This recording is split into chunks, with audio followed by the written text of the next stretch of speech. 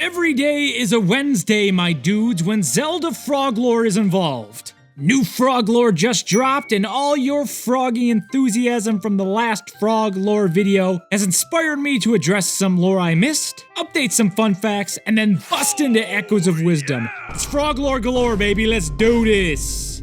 In the first frog lore video, I made a distinction in Twilight Princess between frogs and toads, but many of my fellow frog connoisseurs pointed out that, fun fact number 9, to quote Indigo Phoenix 00, because scientists are using cladistics rather than physical characteristics to classify organisms now, there have been some updates to taxonomy. Among these changes is the obsolescence of toad as a proper scientific classification, since they are scattered throughout the frog family with no real genetic relatedness between them.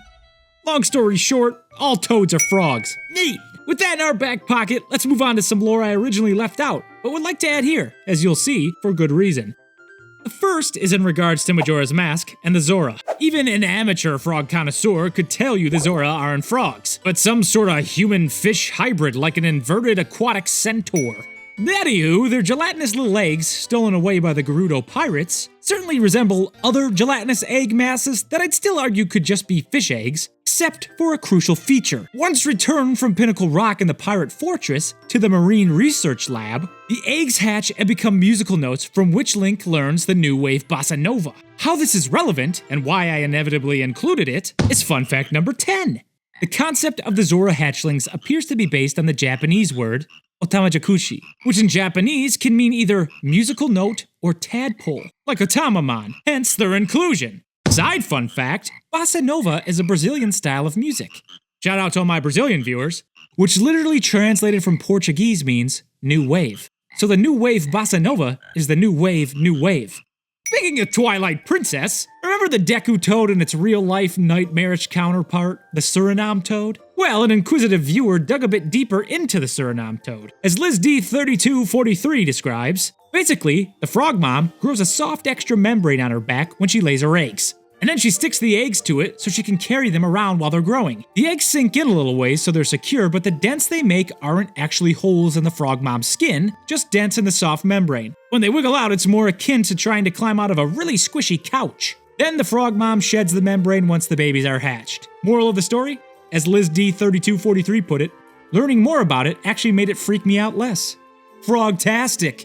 Moving on to Skyward Sword, there's actually quite a bit more frog lore here than I originally listed. Many of you pointed out the Tadtones, which are collected around the flooded Faron woods to form the Dragon Farron's portion of the Song of the Hero. Not only is there a strong resemblance between the Tadtones and the baby Zora, but they also incorporate the same Otamajakushi pun. But that's not all! Skyward Sword also has a handful of frog enemies. There are the Froaks, their names being a portmanteau of frog and croak, although they look more like pufferfish, and the environmentally diverse Spooms, found across the regions in water, lava, or sand. This enemy consists of 4 distinct species: the Magma Spoom, Electro Spoom, Water Spoom, and Cursed Spoom. Fun fact number 11. Like the Water Spoom, Africa is home to clawed and dwarf frogs which spend their entire lives underwater. If you'll allow me the indulgence of proposing a new Triforce, I think it should be Zelda, frogs, and puns. Both Heir of the Wild games and this commenter have my back. Remember these little frog statues? Well, according to Nali Nylon, and fun fact number 12, the Japanese word for frog is karu, which is a homophone for return. The statues are a pun wishing for a traveler's safe return. Thanks, bud. And as a quick note, upgrading the entire Froggy set at least twice does in fact make you slip resistant. Cheers, Cap. And now for the new stuff. Forget the spirit of the hero. Echoes of Wisdom's got the spirit of the frog, imbued in the frog ring which is found in the appropriately royal setting of Hyrule Castle, and doubles Zelda's jump height, and which I never unequipped. Then there are the echoes. First there's the mischievous desert Tornado. Don't call his name. A frog-like wind creature found in the Gerudo Desert who closely resembles the frog gods Zephos and Cyclos from Wind Waker, and allows you to do stuff like this. Fun fact number 13, speaking of deserts, here's the desert rain frog. That's it. There he is. Look at him.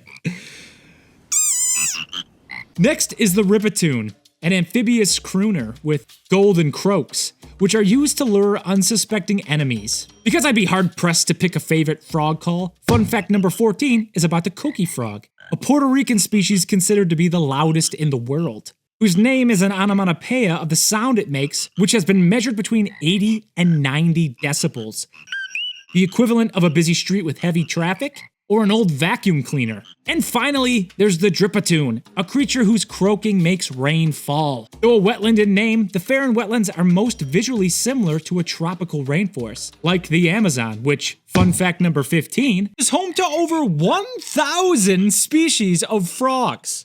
Oh, and speaking of new stuff, fun fact number 16, just like 2 weeks ago, scientists discovered 7 new species of frog on the African island of Madagascar. These frogs from the genus Boofus, this is like a Bungo Baggins type situation. Anywho, their calls sound like sci-fi sound effects, so the scientists named each species after one of the 7 captains from Star Trek. This might be the nerdiest paragraph ever strung together. Whew, so there it is, the final encyclopedic compendium of all of Zelda's frog lore. Wait. What's that? Og, yeah? You know what? Screw it! Tonight, I'm breaking my one rule.